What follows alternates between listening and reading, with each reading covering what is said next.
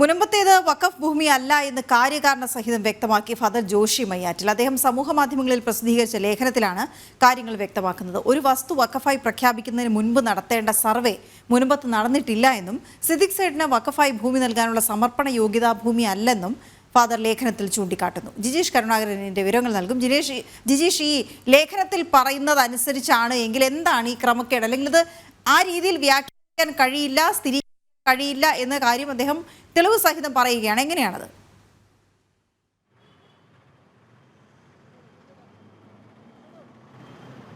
വീണ, ഇക്കാര്യത്തിൽ വലിയ ഒരു വിവരം തന്നെ, അതായത് കൃത്യമായ വിവരം തന്നെയാണ് മുന്നോട്ട് വയ്ക്കുന്നത്. ഇക്കാര്യത്തിൽ വഖഫുമായി ബന്ധപ്പെട്ടുകൊണ്ട് ഫാദർ ജോഷി മയ്യാറ്റിൽ വ്യക്തമാക്കിയിരിക്കുന്ന ഒരു കാര്യമെന്ന് പറയുന്നത് യാതൊരു തരത്തിലും ഇത് വഖഫ് ഭൂമിയായി അല്ലെങ്കിൽ അനുവദിക്കാൻ കഴിയില്ല, അംഗീകരിക്കാൻ നിയമപരമായി തന്നെ അതിന് പ്രശ്നങ്ങളുണ്ട് എന്നത് തന്നെയാണ്. കാരണം വഖഫ് നിയമത്തിലെ തന്നെ 4-ാം വകുപ്പ് കൃത്യമായി തന്നെ പറയുന്നുണ്ട്, അവിടെ ഒരു സർവേ നടപടികൾ പൂർത്തിയാക്കണം. ആ സർവേ നടപടികൾ പൂർത്തിയാക്കിയതിന് ശേഷം വേണം അത് വഖഫ് ഭൂമിയായി മാറ്റേണ്ടത് എന്ന കാര്യമാണ് അതിൽ ചൂണ്ടിക്കാണിക്കുന്നത്. എന്നാൽ ആ നടപടിക്രമങ്ങൾ പോലും പാലിക്കാതെ ഏതെങ്കിലും തരത്തിലുള്ള രേഖകളുടെ അടിസ്ഥാനമില്ലാതെ ചുമത്തിയിരിക്കുന്ന അല്ലെങ്കിൽ അത്തരം ഒരു കാര്യം അവകാശവാദം ഇവിടെ ഉയർത്തുന്നത് തന്നെയാണ് പ്രധാനമായും ഫാദർ ജോഷി മയ്യാറ്റിൽ ചൂണ്ടിക്കാണിക്കുന്നത്. പല ഘട്ടങ്ങളിലും തെളിവുകൾ സഹിതം വഖഫ് ബോർഡിന്റെ വാദഗതികളെ ഖണ്ഡിക്കാറുള്ള ആൾ തന്നെയാണ് ഫാദർ ജോഷി മയ്യാറ്റിൽ. അദ്ദേഹം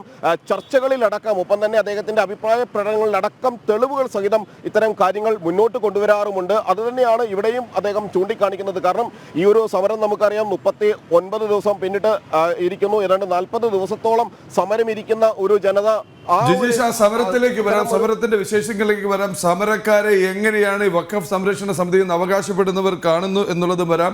തുടർന്നുള്ള മണിക്കൂറുകളിൽ ഫാദർ ജോഷി മയ്യാറ്റിലിന്റെ വാക്കുകൾ, ആ ലേഖനം അത് ചർച്ചയാക്കേണ്ടതാണ്. കാരണം തുടക്കം മുതൽ ഇന്ന് വരെ വഖഫുമായിട്ട് ബന്ധപ്പെട്ടവരോ അവരെ ഡിഫെൻഡ് ചെയ്യാനായി ചാടി വീണ ഇടത് വലത് മുന്നണി നേതാക്കളോ കാര്യകാരണ സഹിതം ഇതിനെ ഖണ്ഡിക്കാനോ ഈ ചോദ്യങ്ങൾ നേരിടാനോ തയ്യാറായിട്ടില്ല. ആരാണ് വഖീഫ്, എന്താണ് വഖഫ്, എന്താണ് വഖഫ് സമർപ്പണ യോഗ്യമായ ഭൂമി എന്നുള്ളത്.